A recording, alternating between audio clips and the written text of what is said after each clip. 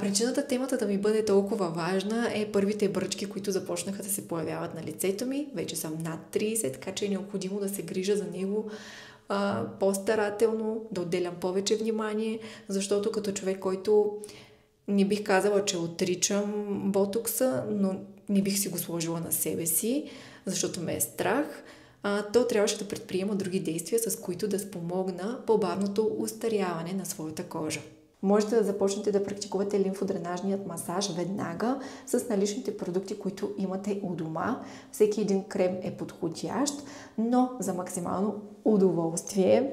Аз лично във времето осъзнах, че по-предпочитан вариант за мен са маслата. Ако ме попитате защо, то самият ефект на маслата и тяхното абсорбиране от кожата става една идея по-бавно и съответно това ми дава възможност по-дълго време приятно и нежно да масажирам своето лице. Само че тук се крие малката тънкост. Много хора не понасят мазният ефект на маслата.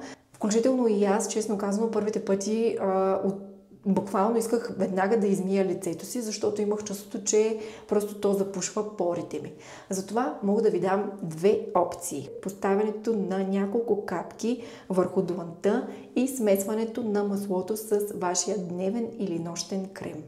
По този начин консистенцията става малко по-тежка, но пък по-бавна за абсорбиране. Следващият начин за нанасяне на маслата е този, който аз практикувам и ще ви представя днес. Първо е много важно да хидратирате кожата си, като това може да стане с хиалуронова киселина, както в случая това е серум от Микса, който я съдържа, който не попива веднага, но пък се усеща много приятно върху кожата. Нанасям по няколко капки. Можете да използвате и тонер, ако разполагате с такъв. За мен лично серумът в момента играе по-добра роля, тъй като през зимата и по-студените месеци, както е март, моята кожа е по-суха. Следващата стъпка е нанасянето на маслата, като в базовото масло от шипка аз добавям капчица тамян, етерично масло от doTERRA. Тамянът има способността да заличава белези, казвам го за хора, които страдат от такива след акне, така че можете да прочетете повече по темата. Нанасям върху лицето, но не само. Нанасям още на шията и деколтето, зоната около мишниците, защото именно на тези места е концентрирана голяма част от лимфната ни система. Масажните движения са еднопосочни и повторяеми. Разбира се, по-добре е с движенията си да повдигаме мускулната маса и кожата нагоре. Все пак искаме да победим гравитацията. Но това не е задължително. Като за начало аз ви препоръчвам да се концентрирате върху мускулите, с които правите повече мимики. Аз се концентрирам върху вежите и околоочната зона, защото има много мимически бръчки там. Ще забележите мигновенен ефект. Отнеми между 5-6 минути. Убедена съм, че ако пробвате, вече никога няма да нанасяте своят крем по обикновеният начин.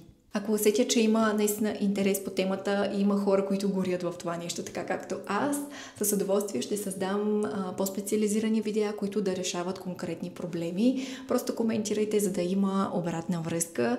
А сега аз просто ще измия лицето си, без да нанасям измиващ продукт, защото голяма част от маслата се абсорбираха, така че е достатъчно просто да измия с вода и подсуша с кърпа, за да нанеса след това гримът, който ще застане, между другото, по-добре от обичайното, защото когато слагаме фондютен или BB крем върху вече хидратирана кожа, то изглежда много пъти по-добре. И да, всъщност ще ви покажа резултатът след малко. Ето ме и готова за разходка. Не съм се старала твърде много с грима, просто исках да видите как стои фондютенът, нанесен върху маслата, които преди това масажирах в кожата си. Разбира се, моята препоръка към вас е просто след подобен ритуал да отпочините с книга, чаша вино в леглото, но в случая ние заедно с Тишо сме на семейна почивка, само двамата без децата, така че не е точно семейна. Това си е ергенска почивка и сега ще се насладим на хапване и ви оставям. Надявам се, че ви е било приятно с мен и до скоро!